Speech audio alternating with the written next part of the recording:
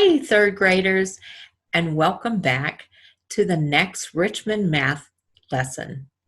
I'm Mrs. Yeager, and I'm glad you're with us today.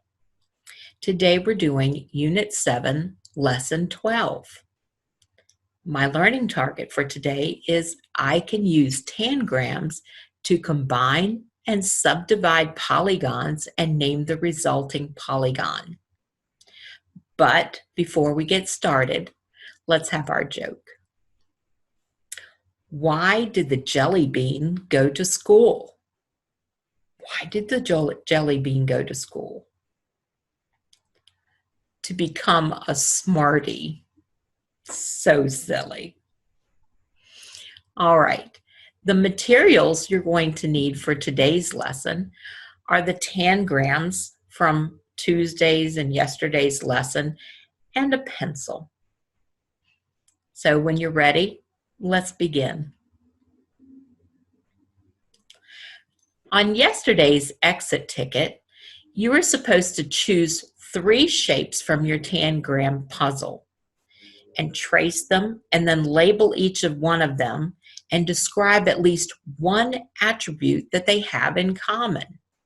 Well, the 3 that I chose were the quadrilateral or parallelogram, the quadrilateral or square, and the triangle. And the attributes that I said that they had in common was, first, they were all polygons. The second thing was that they all have line segments. And finally, they all have angles. The triangle has 3 angles, and the quadrilaterals all have 4 angles. What did you come up with? Did you come up with something different than what I came up with? Let's move on. So our learning target today says I can use tangrams to combine and subdivide polygons and name the resulting polygons. So that's what we've been doing, combining and then subdividing.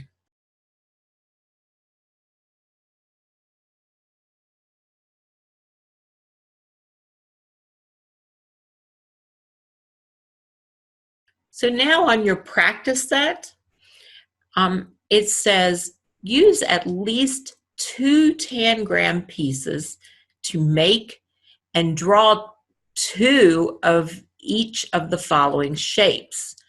Draw lines to show where the tangram pieces meet. Well, I'm going to use my tangram pieces first because I want to be able to move them around like those puzzle pieces. So it says a rectangle that does not have all equal sides. Well, pause it for a minute and see if you can come up with a solution.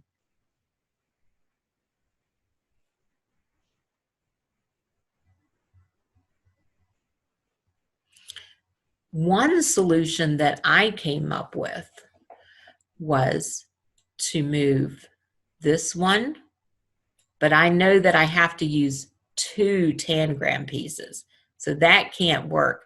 And it does not have all equal sides, so that doesn't work.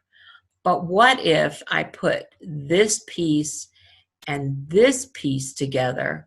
Oh, all together I've used 3 pieces, and I've made a rectangle that does not have all equal sides. So I can see here is my rectangle. Awesome. Now, you had to come up with 2.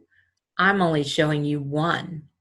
I wonder if you can figure out what the other one would be. All right. Now, down to C, it says use at least 2 tangrams still to make and draw 2 of parallelograms. And we talked about that a little bit yesterday or 2 days ago. And so this is what a parallelogram looks like. I put it in yellow in the yellow box. So take a few moments and see if you can move the pieces around to make a parallelogram just like you see here.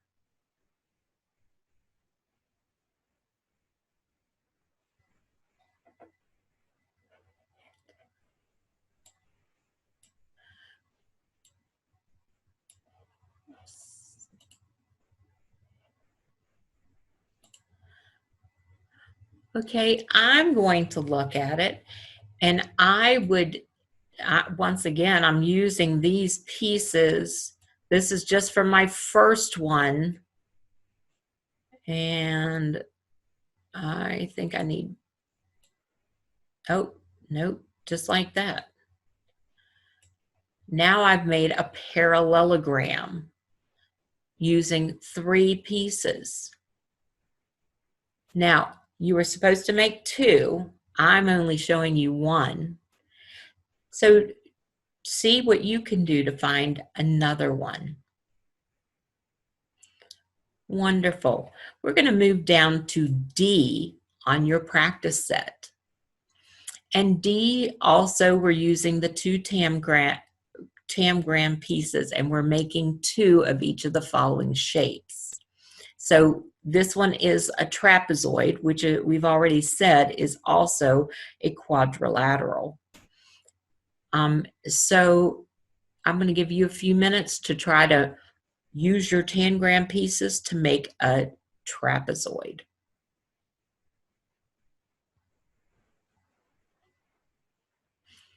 Okay, let's try. I'm going to show you one that I would make. I would start with this again, and maybe this. And I've had to flip this around like this. And now I have a trapezoid. Very good. But we have to make 2. So how would you make the next trapezoid?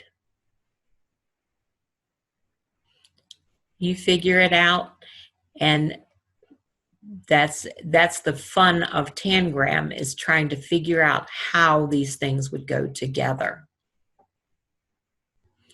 So today we have been using our tangrams to combine or put together and subdivide polygons, and we name their resulting polygons.